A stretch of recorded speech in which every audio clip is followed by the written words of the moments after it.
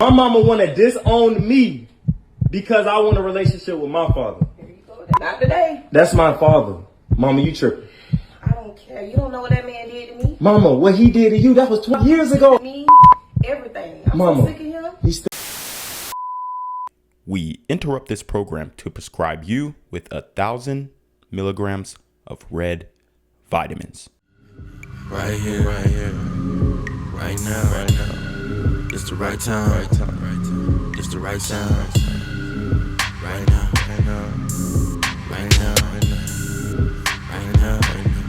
Tell the whole pipe down. Tell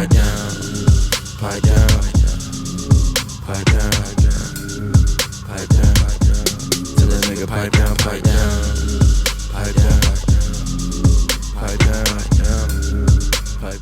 What's good, Shadow Realm? It's your boy Reclaim Your Throne coming at you with another crazy video. But first, my goal is to get to 10,000 subscribers by the end of the month. So make sure you go ahead and like, comment, share, subscribe. You already know. Reclaim your throne. Calling me black as an insult it's just not a key. I don't know why people think still today, in today's day, that saying, that's why you're black, that's why you're burnt, that's why you're dark skinned is like an insult. First of all, I grew up dark skinned my whole life. I was dark skinned all through elementary school, middle school, my whole life. Growing up dark skinned before 2010 or even before 2015, honestly, was like growing up in Jim Crow era. Nobody liked dark skinned people. So I have tough skin. I went through a lot. I was the ugly, black, Bernie, brown, dark-skinned girl all through elementary school, all through middle school. I was even told at one point in college that my friend was much prettier than me because she was light-skinned. So I've had a long journey of getting to love my skin, which I love my skin, and just like getting to a point where you can't make me feel bad for one, something I can't control, and two, something that's so beautiful about me. Like there are people out here that literally go to the doctor, go to the tanning booths, and they try to get skin like mine. So calling me darky, brownie, burnt, like, okay, babes. Like, if you are taking that route to insult me, I know you have nothing else to say. All right, so I actually liked this video. I saw it on TikTok, and I enjoyed her points. I enjoyed what she was saying. I personally think she's very beautiful. She's got nice plump lips. They're natural. It's not like she got lip injections. Very straight white teeth. I personally think that this nose ring is, I mean, I think it's I wouldn't say classy, but it's not doing too much. Okay, it's not the septum piercing or anything like that. The brows on fleek, edges laid, all that kind of stuff. The hoop earrings, you know, some guys will say, oh, hoop earrings, it's a hotel. I mean, I don't really believe that, but I mean, it's fun to say. It's fun to type online and say, oh, hoop earrings, he's a hotel. But in real life, women wear hoop earrings. So, but I can't really see the body, but I would say that she's definitely serving face. She's definitely giving face. I personally think she's beautiful. Now, obviously, she does have the lashes on, so that can kind of distort what she actually looks like. But all in all, I think that she's a very attractive woman. Now, let's talk about colorism in the dating market, all right? If you think that she was going through a lot being a dark-skinned girl, imagine being a dark-skinned man. And me personally, I got a lot of dark-skinned jokes growing up. I really didn't take offense to them because in my friend group, we joked on everybody. So we would call this guy a black ass nigga, and we would call that guy a black ass nigga. Then we had an African join the friend group, and everybody was on his ass. And then, you know, we had a mixed guy in the friend group, and we was always calling him white boy and da da da da. Like, we joked around, we played around with each other. Everybody pretty much had thick skin, and I personally don't remember a time where I was called dark skin and I was offended, or being made fun of for the color of my skin and I was offended. You know, I personally don't, because the friendships that I had, that's just kind of how we were. We bust each other's balls, pause. But we got at each other. Like, we really tried to hurt each other's feelings. You know, it was just like joning back in the day. And if you guys grew up going to black schools and stuff, you are pretty aware of joning, all right? And that's what we did. We roasted each other. So it was never a situation where I was like, oh, they keep calling me dark skin and I feel bad. But I can understand how that would happen to a woman because they're obviously way more sensitive. But, you know, even I had friends who were like genuinely really ugly dudes, and they got called dark skin, and that still didn't have them, you know, as, I'm not gonna say she's upset, but it wasn't a thing where they were just like, oh, colorism is holding me back and all this kind of stuff. It was never like that. But what I will say though is, yes, in the community there is 100% colorism, but if you are beautiful, no matter what skin tone you are, it really is not going to matter that much, in my opinion. Now, obviously, all the dark-skinned people are going to say, oh, well, it does matter and stuff like that. And, you know, me personally, have I been rejected because I'm dark-skinned? Probably. I haven't had a girl blatantly say, oh, you too black. But I probably have been rejected because I'm dark-skinned or because I'm black in general. Especially, you know, if I'm trying to approach non-black women. So that could be something that, you know, affects me in the dating market, but I don't wear it as a crutch. And I personally believe that obviously, yeah, you want to show awareness and stuff like that, but you can't make somebody like you. You can't make somebody want to fuck you. And, you know, I feel bad that she's getting joned on for being dark. I guess they're going in her TikTok and saying she black as hell and stuff like that.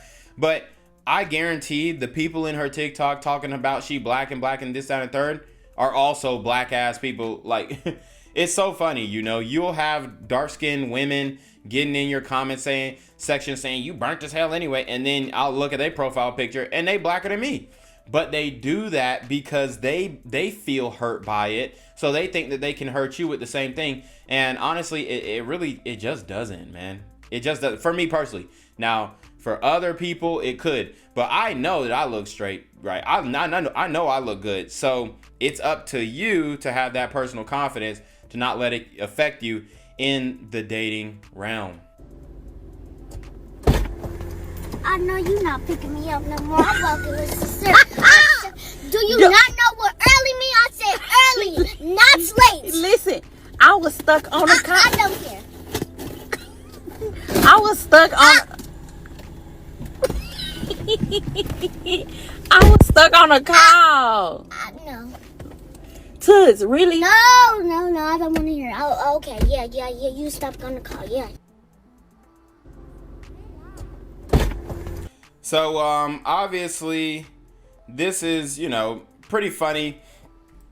It's done in jest. It's a joke, right? In my opinion, this is a skit, and this is pre-planned. But, you know, back in the day, if a black kid was talking disrespectfully to their parents, it was unheard of. It was something that was obscene. It was like, even speaking like this to your mom was something scary, right? We would consider that, oh, that's white boy stuff. That's white kid stuff. You know, the parents, they don't really discipline them like that, or so we thought, right? And I'm just going off of stereotypes, but we would believe that, okay, you know, those people who are raised, oh my God, mom, fuck you, mom. Like that was some white boy shit, right? But nowadays you have basically parents, especially black parents, raising their kids as if they're their best friend.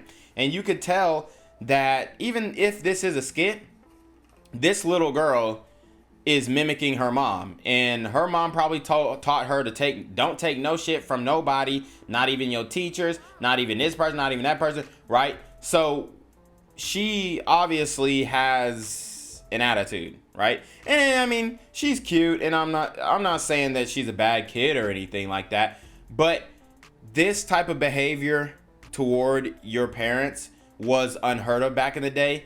And my point in using this video is to illustrate that this is way more common now. These women are raising their kids, boys and girls, as if they're like their best friend or something, and they're talking back to them. They're having adult conversations with kids who should not be having adult conversations, and therefore they're carrying an adult demeanor, which translates into the dating market. That's why you have, you know, you have a lot of women in the dating market who believe that they know a whole bunch of shit about life when they don't know jack shit about life. And it's pretty crazy when you actually look at it and you're actually out here and outside, as I am and as I tend to be, it's pretty crazy because you'll have women who are completely clueless about life acting as if they're an authority and they know what they're doing in life, when you as a man could even be in a better position than them in life, and they still, it's almost like they're comparing you to other men because you could be in a better position than them, but then they'll say, well, I know a nigga who's in a better position than you, right? So and because I know him, that means I'm on a trajectory to be a better position. I mean, it's just crazy. So I mean, I think that's why we're getting more of that attitude now from our younger generation of women, because their parents are not really disciplining them like that, and they're best friends with them. Like this woman right here, you know she ain't whipping that girl. You know she ain't putting her hands on that girl. So, I mean, you spare the rod and, you know, you hate the child. Y'all gotta see this video. My mama want to disown me because I want a relationship with my father. Here you go. Not today. That's my father. Mama, you tripping. I don't care. You don't know what that man did to me. Mama, what he did to you, that was 20 years ago. Me, everything. I'm Mama, so sick of him. He's still my father. You don't need no relationship with him. Why I can't have a relationship with my father? Every Because of how child he needs did a me. father. Do you love me? Of course I love. Why I'm still here, right? So then, if I don't like him, you don't like him. That's not the way it works, That's Mama. our bond. That's not the world. That's not how it Yes. goes. That's still my father, and I No. want to have my father in my life. No, he don't need to be in your life. I help you. I'm in your life. And That's all you need. thank you so much, but at the same time, I want a relationship with my father. No, I'm here. I'm the mother and the father. I do everything. That's that you not the need. way it works. Yes. You're a You woman. need I that need man. my father. He's a male. He's a man. Teach me things you can't teach me. No, he's still my daddy. You No. tripping. You You tripping. know, at this point, Come I'm sick on. of it. Come on. He's my daddy. Really? Mama, you tripping. Well, if you want a relationship with your daddy, I don't want nothing to do with you.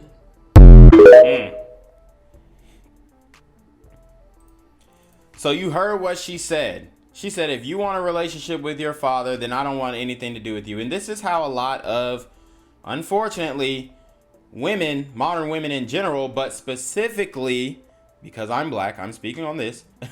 Specific, because they be like, why are you speaking on? Because I'm black, bitch. That's why. But specifically black women, man. I see it time and time again, like I illustrated in the previous video that I did, I believe yesterday, where I was talking about, ask these single mothers about their baby daddy. Ask them. And I guarantee they're not going to have good things to say. So when we say, oh, your baby daddy was a Thug Max Alpha Simp, and then they scream online, no, he wasn't. Y'all acting like that's just all that we dealing with. And it's some professional and educated women out here. Bro, the professional and educated women are dealing with Thug Max Alpha Simps too, bruh. Damn. I don't see how y'all don't get this. I don't see how y'all don't get this. If every single mother has something bad to say about her baby daddy, and every single mother's baby daddy is a deadbeat, and every single mother's baby daddy, he ain't shit and he ain't making no money and he's a dusty, then what does that mean to you? It means that they're smashing the same type of guys.